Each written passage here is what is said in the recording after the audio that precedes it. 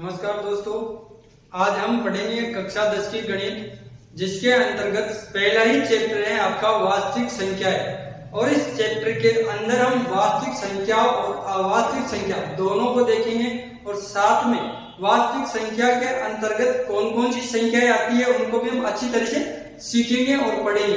तो आइए चलते हैं। सबसे पहले हम यहाँ पर संख्या वास्तविक संख्याओं को पढ़ेंगे। तो इससे पहले हम संख्याओं की जानकारी लेंगे कि संख्याएं कौन कौन सी होती है। तो यहाँ पर देखो, संख्याएं आपके मुख्यतः दो तरीके की होती है बेटा। कितने तरीके की? दो तरीके की संख्याएं आपके यहाँ पर हम पढ़ेंगे। पहली होती है आपके वास्तविक संख्या है, वास्तविक संख्या है। और बेटा दूसरी संख्या होगी आपके अवास्तविक संख्या है।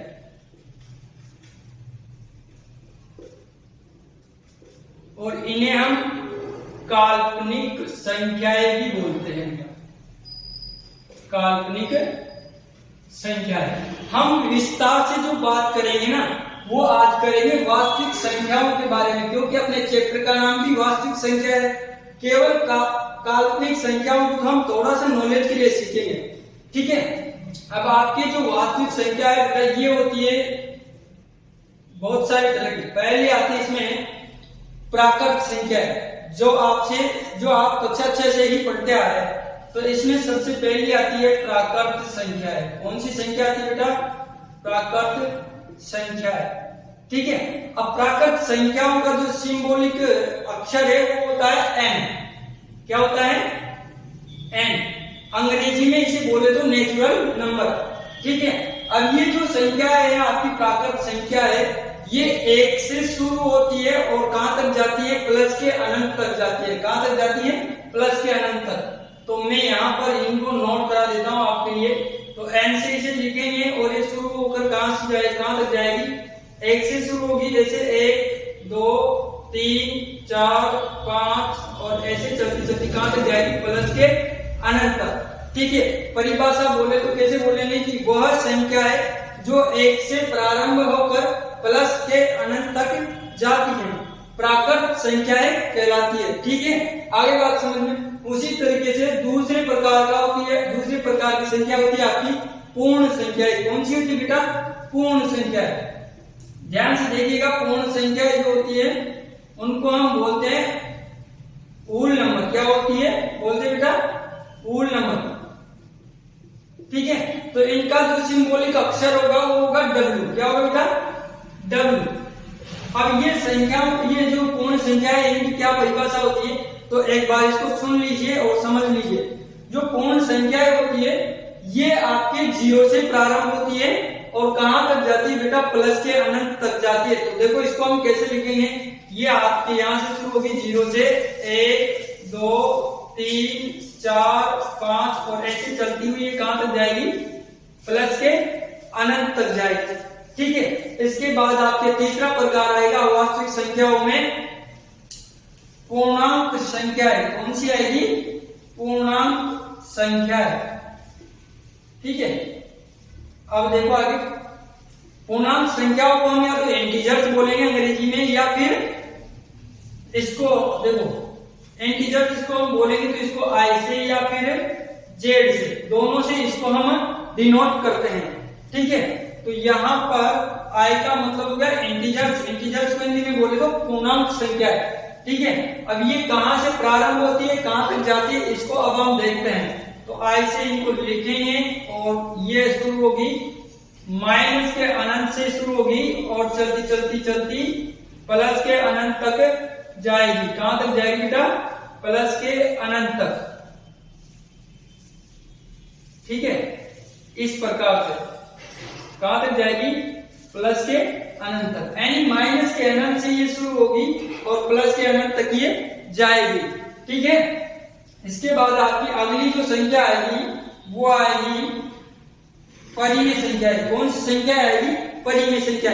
और ये सबसे इंपॉर्टेंट है, इसको ध्यान से सीखना और समझना, क्योंकि परिमेय और अपरिमेय के ही ज्यादातर क्वेश्चन आपके यहाँ पर पूछे जाएंगे प्रश्नावली के अंदर, ठीक है। तो परिमेय संख्या की हम परिभाषा भी लिखेंगे और इनके एग्जांपल्स भी हम देखेंगे। तो बेटा देखो ध्यान से, परिमेय संख्या जो होती है इसको हम क्यू से लिखते हैं। किससे लिखते हैं? क्यू से। यानी इसका सिंबॉलिक अक्षर क्या होता है? क्यू होता है। ठीक है, तो किस क्यू से इसे लिखेंगे। अब इसकी हम परिभाषा जानेंगे। सबसे पहले क्या जानेंगे? परिभाषा। तो वो होती है परिमेय संख्या की परिभाषा, आप सुने ध्यान से, कि वह सभी संख्या है, वह सभी संख्या है जिन्हें P बटा Q के रूप में व्यक्त कर सकते हैं, व्यक्त कर सकते हैं। परिमेय संख्या कहलाती है। क्या कहलाती है बेटा? परिमेय संख्या कहलाती है। ठीक है, अब हम जान लेते हैं कुछ संख्याओं के बारे में, कौन कौन सी संख्याएं परिमेय होती है और कौन कौन सी नहीं होती है। अब P बटा Q में हमने लिख लिया इसको। अब इसकी कुछ और भी शर्त होती है। क्या शर्त होती है मैं बता देता हूं आपको। यहां पर जहां पर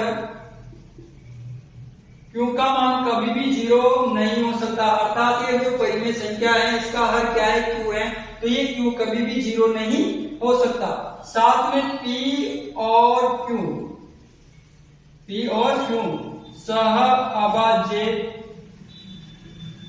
सहअभाज्य पूर्णांक हैं। क्या है बेटा? सहअभाज्य पूर्णांक। अब इस सहअभाज्य पूर्णांक क्या है, हम इनको आगे क्लियर कर लेंगे। जैसे हम आगे पढ़ेंगे वहां पर इनको क्लियर कर लेंगे कि सहअभाज्य पूर्णांक क्या होता है। ठीक है, अब इसके हम कुछ उदाहरण देख लेते हैं। देखो आप, उदाहरण के लिए जैसे कोई संख्या है 2/3। क्या है? 2/3। तो इसमें 2 और 3 ये इसके क्या है? अंश और हर। अब इसका हर कितना है? 3, जो कि क्या नहीं है? 0। तो ये जो 2/3 परिमेय संख्या है या एक भिन्न है, ये परिमेय होने की सभी शर्तों का क्या करती है? पालन। क्योंकि 2 और 3 यहाँ पर क्या है? सहअभाज्य पूर्णांक है, और साथ में हर 0 नहीं होना चाहिए, तो यहाँ हर 0 भी नहीं है। कितना है? 3 है। ठीक है, तो ऐसे बहुत सारे उदाहरण हो सकते हैं। वो देखो यहाँ पर जो जितनी भी प्राकृत संख्याएं होती है बेटा आपके, वो सारी की सारी क्या होती है? परिमेय संख्याएं होती है। क्या होती है? परिमेय संख्याएं। उसके बाद पूर्ण नंबर। अब देखो ये प्राकृत संख्याएं हैं, मैंने बोला कि परिमेय होती है। अब इसका क्या कारण है कि ये परिमेय होती है, मैं आपको बता रहा हूं। यहाँ पर देखो 1 2 3 4 5 ऐसे चलती रहेगी आगे तक। तो इन सबके बटाने बेटा मैं 1 लगा सकता हूं, कोई फर्क पड़ेगा ही नहीं, क्योंकि हम किसी भी संख्या में 1 का भाग लगाएं कोई चेंज नहीं आता है। तो यहाँ पर आपके सभी की सभी प्राकृत संख्याएं क्या होती है? परिमेय भी होती है। क्या होती है? परिमेय भी आपके होती है। उसी तरह क्यों होती है? क्योंकि इसका हर हमेशा कितना आ रहा है? यहाँ पर 1 आ रहा है, जो कि 0 तो नहीं है ना। परिमेय संख्या का यही एक कारण होता है, वो कब परिमेय होगी? यदि उसका हर 0 नहीं हो। यहाँ पर हर 0 भी नहीं है, और अंश कुछ भी हो उसके लिए यहाँ कुछ बोला नहीं गया है, लेकिन हर तो 0 नहीं होना चाहिए। ठीक है, आगे चलते हैं। उसी तरह आपके जो पूर्णांक संख्याएं हैं वो भी सभी क्या होते हैं? परिमेय होते हैं। सभी के सभी क्या होते हैं? परिमेय होते हैं। ठीक है, क्योंकि इन सबके भी बटावे हम लगा सकते हैं 1। क्या लगा सकते हैं? 1। ठीक है, इसी तरह आपके सभी के सभी पूर्णांक भी क्या होते हैं? परिमेय होते हैं। ठीक है, तो आई बात समझ में। तो प्राकृत, पूर्ण और पूर्णांक ये सभी के सभी क्या होते हैं? परिमेय संख्या होते हैं। इसके बाद बेटा आप क्या आएगा? अगला प्रकार अपरिमेय संख्या। कौन सी आएगी? अपरिमेय संख्या। तो अपरिमेय संख्या क्या होती है? ध्यान से सुनना और सीखना। तो वो सभी संख्याएं जिन्हें हम P बटा Q के रूप में व्यक्त नहीं कर सकते, तो हम यहाँ इसकी परिभाषा लिख देते हैं कि वह सभी संख्याएं जिन्हें P बटा Q के रूप में नहीं लिख सकते अपरिमेय संख्याएं कहलाती है। क्या कहलाती है? अपरिमेय संख्याएं कहलाती है।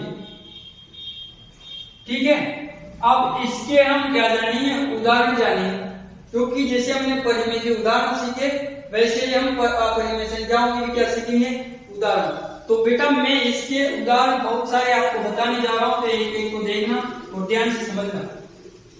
तो सबसे पहले सुनो कि वो सभी संख्याएं जिनका वर्गमूल नहीं निकलता, अर्थात जिनका रूट नहीं निकाला जा सकता, वो सभी की सभी क्या होगी, अपरिमेय संख्याएं होगी। मैं बता देता हूं आपको कौन कौन सी होगी। जैसे √2 है, √3 है, √5 है, √7 है, ऐसी बहुत सारी संख्याएं होगी जिनका वर्गमूल नहीं निकलता है, तो वो सभी क्या होंगी, अपरिमेय।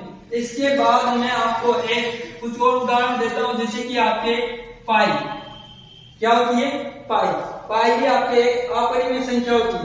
इसका क्या कारण है, इसकी हम आगे चर्चा करेंगे क्यों ये अपरिमेय होती है। ठीक है, आगे चलकर हम आगे वो संख्याएं भी अपरिमेय होती है जिनका दशमलव प्रसार अनवसानी अनावर्ती होता है। जैसे कि आप देखो यहाँ पर, जैसे मैं यहाँ पर लिख रहा हूं 2.241, फिर 2.412, फिर 2.412.3, फिर 2.412.3.4, यानी इसमें एक ही संख्या का रिपीटेशन नहीं चलकर दशमलव के बाद प्रत्येक बार एक नया नंबर आ रहा है। इसके बाद कोई और उदाहरण ले लेते हैं, जैसे 1.001, 0001, 00001, यानी दशमलव के बाद आने वाला प्रत्येक नंबर नया है, यानी प्रत्येक बार एक नया अंक और नई संख्या आपके आ रही है। तो इस प्रकार जिन संख्याओं का दशमलव प्रसार अनवसानी अनावर्ती होता है, वो भी आपकी क्या होती है बेटा, अपरिमेय होती है। ठीक है, तो एक बार आप इन सभी जो मैंने आपको अभी समझाई है इनका स्क्रीनशॉट ले लो। अब आपने इसका स्क्रीनशॉट ले लिया है, तो अब हम आगे बढ़ेंगे और आगे ये पढ़ेंगे इसका जो मेन टॉपिक है। पहला जो टॉपिक आता है इसमें आता है यूक्लिड विभाजन प्रमेय का। क्या आता है बेटा, यूक्लिड विभाजन प्रमेय का। और इसी से आपके 1 या 2 नंबर के क्वेश्चन पूछे जाते हैं एग्जाम के अंतर्गत। ठीक है, तो पहली प्रमेय आएगी आपकी यूक्लिड विभाजन प्रमेय का। ठीक है, अब मैं आपको थोड़ा सा कक्षा 9 की ओर ले चलूंगा। तो बेटा आपने कक्षा 9 को अच्छे से पढ़ा हो तो वहां पर भी पहली प्रश्नावली में आपने एक प्रमेय पढ़ी थी जिसका नाम था शेषफल प्रमेय। ये यूक्लिड विभाजन प्रमेय का उसी का नाम है, सेम वही है, केवल नाम चेंज हुआ है। आपने वहां पर हिंदी में पढ़ा था ऐसे कि भाज्य बराबर भाजक इनटू भागफल प्लस शेषफल। ठीक है बेटा, ये चीज आपने कक्षा 9 में पढ़ी थी। ठीक है, अब इसी को हम यहाँ किस नाम से जानते हैं, यूक्लिड विभाजन प्रमेय का। ठीक है, अब ये आय कैसे, इसकी जरूरत क्यों पड़ी, उसके बारे में भी हम चर्चा करेंगे एक एक करके। देखो पहली बात तो यूक्लिड विभाजन प्रमेय का यूज क्या है। अब इसके 2 तरह के यूज है। कितने तरह के यूज है बेटा, 2 तरह के। पहला उपयोग तो इसका होगा, कोई दिया हुआ कथन होगा आपके प्रश्न में, उस कथन को सत्य सिद्ध करने में ये काम आएगी। कौन सी प्रमेय, यूक्लिड विभाजन प्रमेय का। दूसरा आपके होगा इस यूक्लिड विभाजन प्रमेय का के द्वारा संख्याओं का एचसीएफ ज्ञात करना। ठीक है, तो पहले हम इस यूक्लिड विभाजन प्रमेय का उत्पत्ति कर लेते हैं। क्या कर लेते हैं, उत्पत्ति, मतलब ये आएगी कैसे। तो आपने छोटी क्लासों से ही पढ़ते आ रहे हो आप कि हम 2 संख्याओं यदि अपने पास है, जैसे 55 है और यहाँ पर एक 4 है, तो हम क्या करते हैं 55 में 4 का भाग लगाते हैं, हमेशा बड़ी संख्या में छोटी का भाग लगाते हैं। तो किस प्रकार भाग देते हैं अपन बेटा, ऐसे देते हैं। जैसे 55 में हम भाग लगाएंगे 4 का, तो 4 का भाग कितनी बार जाएगा, 13 बार। कितनी बार जाएगा, 13 चौक 52। एक होगा ना, फिर घटाएंगे तो कितना बचेगा, 2। तो अब यहाँ पर मैं बताता हूँ आपको क्या चीज, कौन सी चीज क्या कहलाएगी। यहाँ पर जो आपके लास्ट में बचेगा इसे हम बोलते हैं शेषफल। क्या बोलते हैं बेटा, शेषफल। क्या बोलेंगे, शेषफल। और भाग देने के बाद जो आएगा उसे हम बोलते हैं भागफल। क्या बोलते हैं, भागफल। अब यहाँ भाग देने के बाद कितना है 13, तो 13 को हम बोलेंगे भागफल। और जिसके द्वारा हम भाग लगाते हैं उसको बोलते हैं हम भाजक। क्या बोलते हैं? भाजक। और जिसमें हम भाग दे रहे हैं वो क्या कहलाएगी? आपकी भाज्य। क्या कहलाएगी? भाज्य।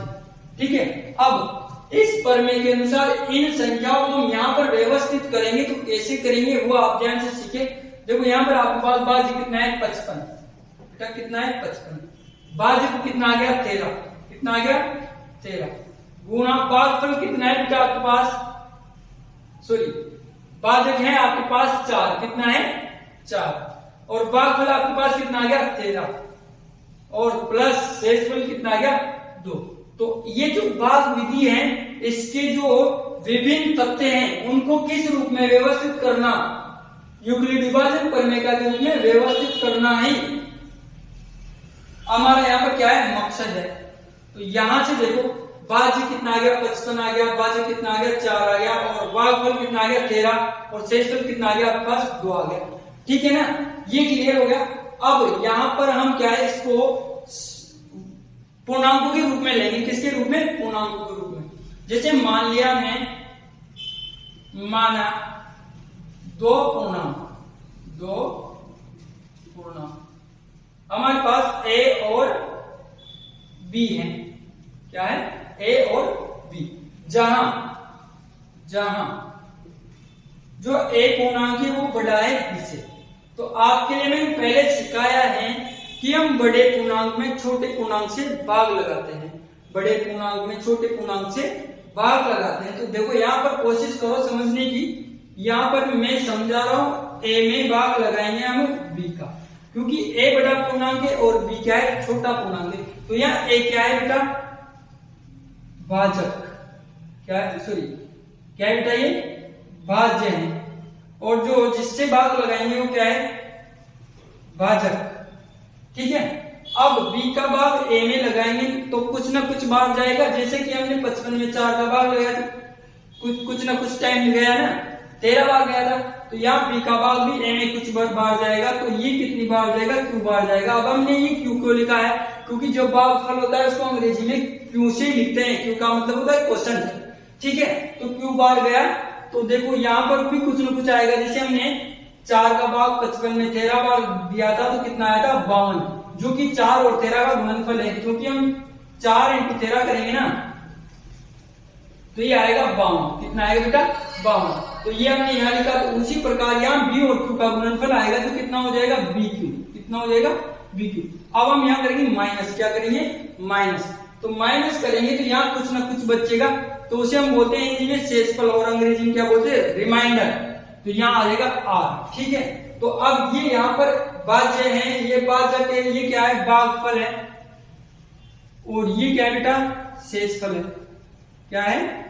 शेषफल है। तो अब इनको हम यूक्लिड के रूप में व्यवस्थित करेंगे तो कैसे करेंगे? भाज्य के स्थान पर भाज्य आ जाएगा, भाजक के स्थान पर भाजक आ जाएगा, भागफल के स्थान पर भागफल आ जाएगा और प्लस शेषफल के स्थान पर शेषफल आ जाएगा। तो हम इनको करते हैं यहाँ पर व्यवस्थित। तो भाज्य किसे बोल रहे हैं अपन अभी? ए को। तो ए आ जाएगा भाज्य के बराबर, भाज्य की स्थिति में बराबर का बराबर आ गया। भाजक क्या है बेटा? यहाँ पर आपका बी। तो बी आ गया। गुणा भागफल क्या है आपका? क्यू। तो क्यू आ गया। प्लस शेषफल कितना है? आर। ये आर आ गया। और यही आपके यूक्लिड विभाजन प्रमेय का है। यही आपकी क्या है बेटा? यूक्लिड विभाजन प्रमेय का। अब आप एक चीज पर थोड़ा सा गौर फरमाइए। देखो क्या है, आपने जब भाग दिया 55 में तो 13 बार गया तो शेषफल कितना बचा? 2। तो ये बेटा शेषफल जो है ना, ये हमेशा आपका भाजक से छोटा ही मिलेगा। हमेशा भाजक से छोटा ही मिलेगा। और शेषफल आपने देखा होगा, कभी कभी भाग दिया होगा तो पूरी बार भाग जाते हैं, शेषफल 0 भी आता है। तो शेषफल जो है बेटा वो 0 भी आ सकता है और 0 से ज्यादा भी आ सकता है, लेकिन हमेशा आपके भाजक से तो छोटा ही होगा। हमेशा आपके भाजक से तो छोटा ही होगा। तो इसकी कंडीशन हम यहाँ पर लिख लेंगे कि r जो है वो 0 के बराबर होगा या 0 से बड़ा, क्योंकि r की तरफ मुंह खुल रहा है तो 0 से बड़ा और बराबर भी लग रहा है यहाँ पर एक, तो 0 से बड़ा या फिर 0 से बराबर। लेकिन हमेशा किससे छोटा होगा, भाजक से छोटा होगा। यानी आर की ये कंडीशन इंपॉर्टेंट है और ये आपने शुरू से ही देखी है, लेकिन आपने समझा नहीं उस चीज को। और मैं आज आपको बता रहा हूं कि आपका जो शेषफल है वो हमेशा भाजक से तो छोटा ही होगा, लेकिन जीरो भी हो सकता है और जीरो से बड़ा भी हो सकता है। ठीक है, तो ये हो गई बेटा आपकी यूक्लिड विभाजन प्रमेय का। अब हम इसके क्या पढ़ेंगे, प्रश्न पढ़ेंगे। क्या पढ़ेंगे, प्रश्न पढ़ेंगे। ठीक है, अब हम क्या करेंगे, यूक्लिड विभाजन प्रमेय का जो ऊपर आधारित प्रश्न करेंगे, जिसमें दो टाइप के प्रश्न पढ़ेंगे। पहला तो एक दिए हुए कथन को सत्य सिद्ध करना पड़ेंगे, और दूसरा एक क्या पढ़ेंगे अपन, जिसमें दो संख्याएं देगा आपको और उनका एचसीएफ ज्ञात करना होगा हमें। ठीक है, तो वो मैं यहाँ पर आपके सबसे पहले उदाहरण एक को करवाता हूं। तो उदाहरण नंबर 1 में दो संख्या क्या है, ये है आपके सामने प्रश्न एग्जाम्पल के रूप में 4052 और 12576 का यूक्लिड विभाजन प्रमेयिका की सहायता से, प्रमेयिका का प्रयोग करके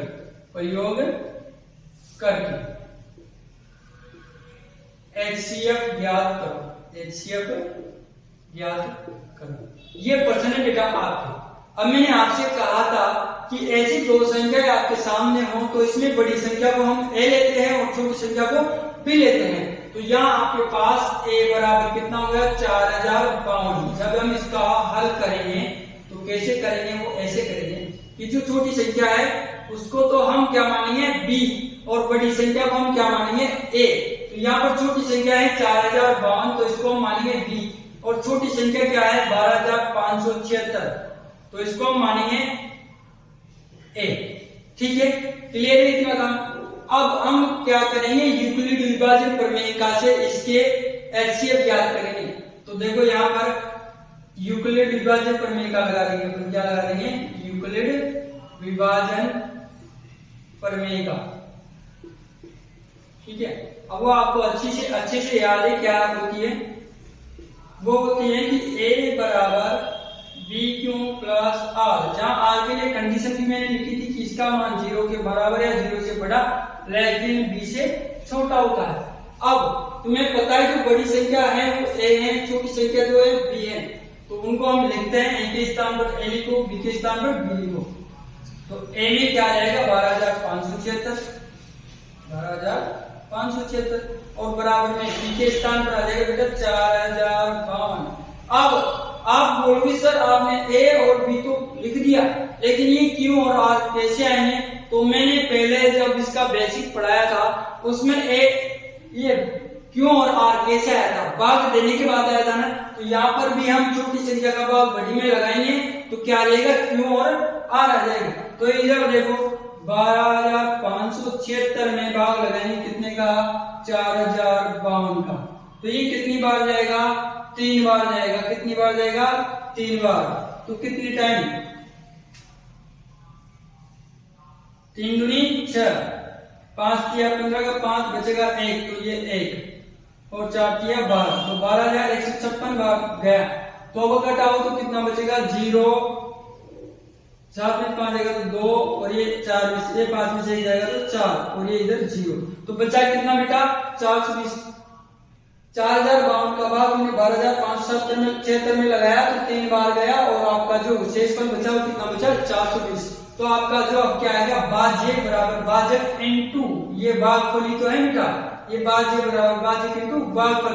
अब भागफल कितना आएगा आपके पास, 3। कितना आया, 3 प्लस ये आ गया रिमाइंडर अर्थात शेषफल। तो शेषफल कितना है आपके पास, 420।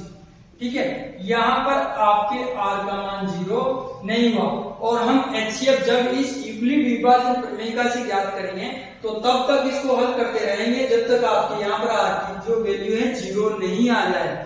ठीक है, तो अब यहाँ तक हमने करा तो यहाँ r 0 नहीं हुआ, अर्थात कितना है, 420 है। तो हम इसको आगे हल करेंगे। तो देखो बराबर के राइट हैंड की तरफ दो बड़ी संख्याओं का चयन करेंगे। तो दो बड़ी संख्याएं कौन है, राइट हैंड की तरफ यानी दाएं हाथ की तरफ ये और ये।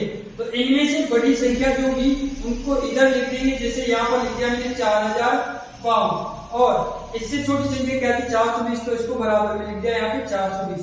अब अपने पास ए और बी की पोजीशन तो है, ए की स्थिति में भी संख्या है, बी की स्थिति में भी संख्या है। अब क्यों और आर की स्थिति में संख्या नहीं है, तो दोबारा से क्या करेंगे बेटा, भाग लगाएंगे। तो यहाँ पर लगाएंगे हम 4052 में भाग कितने का लगाएंगे, 420 का, कितने का 420 का।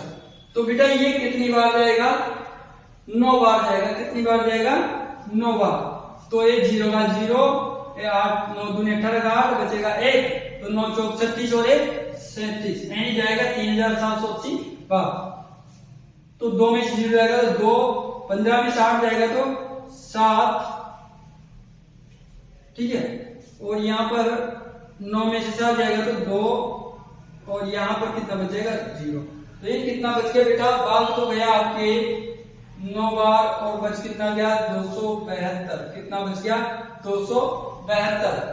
अब वापस वही प्रोसेस चलेगी आगे, क्योंकि यहाँ पर R0 तो आया नहीं है, ठीक है। तो हम क्या करेंगे, बड़ी संख्या का चयन करेंगे। दो बड़ी संख्या होगा, एक तो 420 है, 272 है। तो 420 को लिख देंगे इधर, और बराबर में लिख देंगे 272 को। अब वापस अपने पास ए और बी की पोजीशन में तो अपने पास संख्या है, केवल क्यू और आर नहीं है। तो वापस से हम क्या करेंगे बेटा, भाग लगाएंगे। क्या करेंगे, भाग लगाएंगे। देखो यहाँ पर भाग कैसे लगाएंगे, 420 में भाग लगाएंगे 272 का। कितने का, 272 का। तो ये भाग जाएगा एक बार। कितनी बार जाएगा, एक बार। तो अब हम घटाएंगे तो कितना बचेगा 8, और यहाँ पर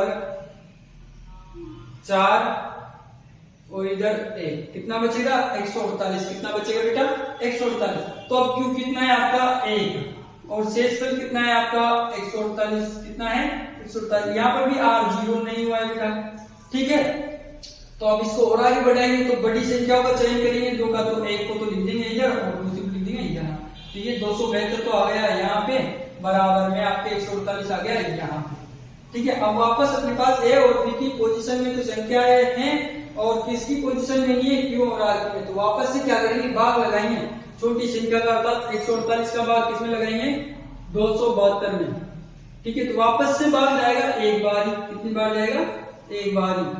तो अब घटाएंगे तो 12 में 4 जाएगा तो 4, यहाँ 6 में 4 जाएगा तो 2, और यहाँ 2 में से 1 जाएगा तो 1, अर्थात 124 बचा। अब भागफल कितना आया, वापस से 1, और प्लस शेषफल कितना आएगा 124, ठीक है। यहाँ पर भी R0 नहीं हुआ। तो फिर हम और आगे बढ़ेंगे, तो बड़ी संख्या को लिखेंगे आगे और छोटी को लिखेंगे यहाँ। तो ये 148 तो आ जाएगा यहाँ पे, और 124 आ जाएगा यहाँ पे, ठीक है। अब 124 का भाग जाएगा 148 में केवल एक बार। 124 का भाग जाएगा 148 में एक बार, ठीक है बेटा। तो कितना बचेगा आपके पास 4, और यहाँ पे बचेगा 2, यानी कि 24 बचेगा। तो वापस भाग कितनी बार गया, एक बार। तो भाग खुला है 1, और शेषफल कितना बचा बेटा 24, ठीक है। तो यहाँ पर भी आपके R0 नहीं हो रहा है। तो आगे देखो, आगे बढ़ेंगे और देखो क्या करना है।